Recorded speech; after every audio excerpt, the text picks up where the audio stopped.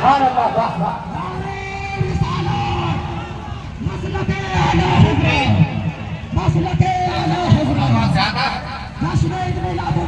سب کو سنتے ہیں مجھے بھی بارہا سنتے ہیں لیکن آج کچھ آرڈر بھی ہے کہ کچھ کام کی باتیں ہونی چاہیے جس سے ہم اور آپ دن رات غفلت برتتے ہیں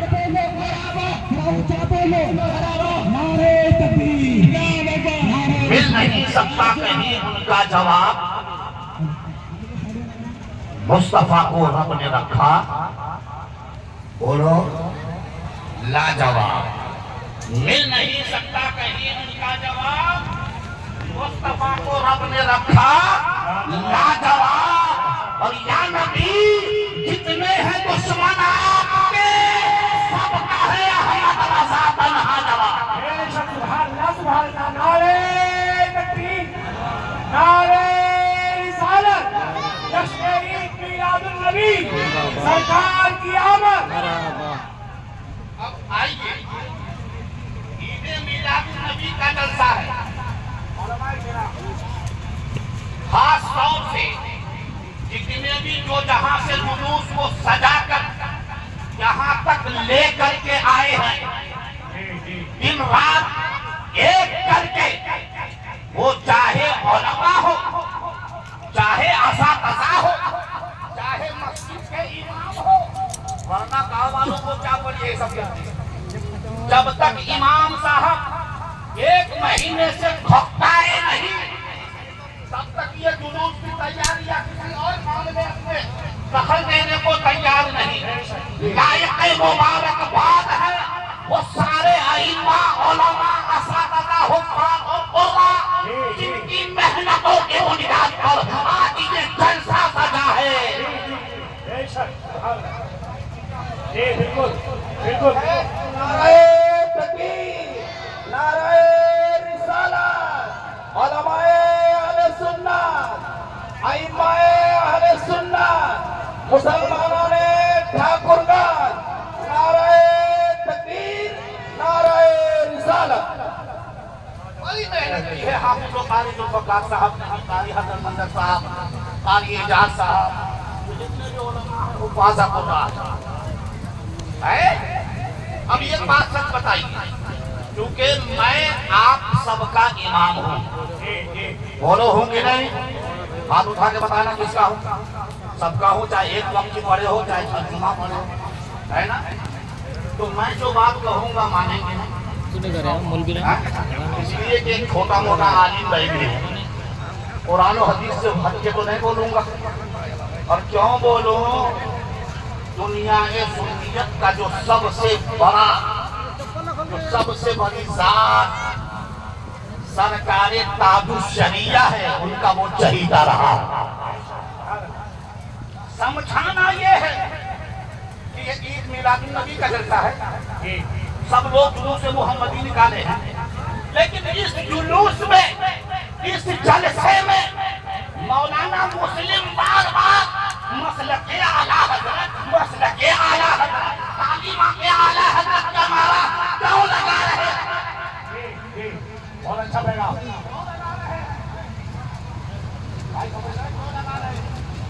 ڈانگی والوں بہت زیادہ تمہاری محنت ہے تمہارے پیسے بھی لگے ہیں تمہارے باپ دادا کا نعرہ نہیں لگ رہا ہے بریلی کے رضا کا نعرہ کیوں لگ رہا ہے اسی لیے کہ ہم اور تم جیتے ہیں اپنے آپ کے لیے اور بریلی کا رضا کیا ہے نبی اور نبی کی حال کے لیے